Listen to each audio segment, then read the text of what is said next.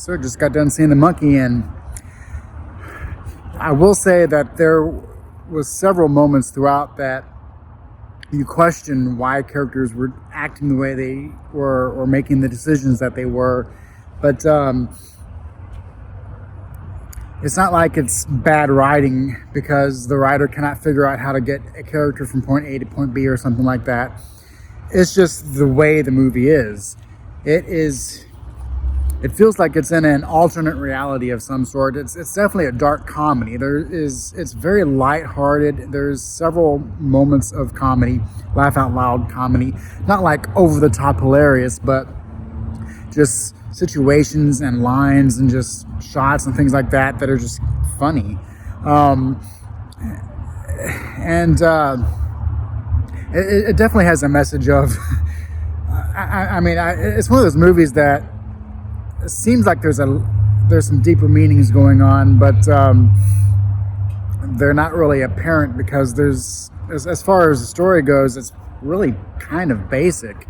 So I don't want to overthink and think that there's something that's not there or underthink it, but definitely taking a look at death as kind of a not so much joyous event, but something that, like they say in the movie, in a couple different ways. It's just kind of, it happens, kind of a situation, and move on and enjoy life. Yeah, there's a lot of things that you could really talk about, and it's all surrounded by some crazy death scenes, almost laughable death scenes at moments. There's a little bit of Final Destination going on, but some of the deaths are just impossibly over the top. Like there's a swimming pool scene, and it's like that would never happen that way. I mean, I don't think it would. I'm no expert, but I'm pretty sure that that's not how it would happen. But the movie purposely doesn't think that it will happen that way because of how, it's about a kind of like a killer monkey toy almost. So the movie is just having fun with it, and characters are having fun. There's a lot to like. There's some things that I wasn't quite fulfilled with, but it almost makes me want to read the short story that it was based off of, just to see if it sheds any more light on why the characters act the way they do. And it doesn't have to. I would be perfectly fine with just accepting that this is how people are. It definitely makes me want to read the short story. So I think at least it has that.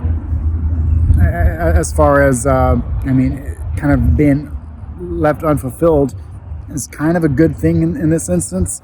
It's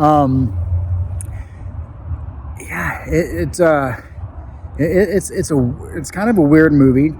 The sooner that you accept what it is and know what you're going to get into, you know that the tone of the movie is not going to change throughout. It is what it is.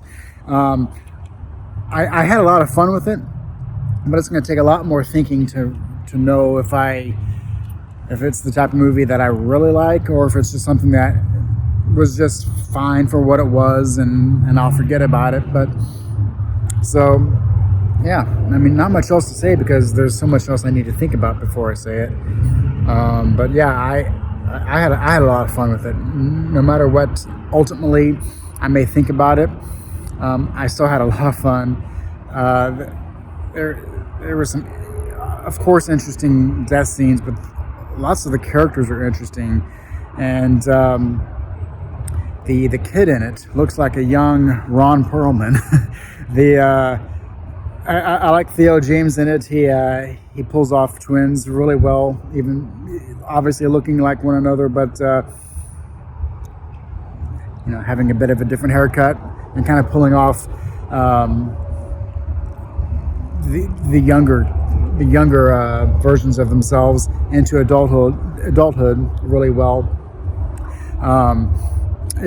it would be interesting to know if there was like a longer cut of this movie with just more stuff going on, or if it was going to.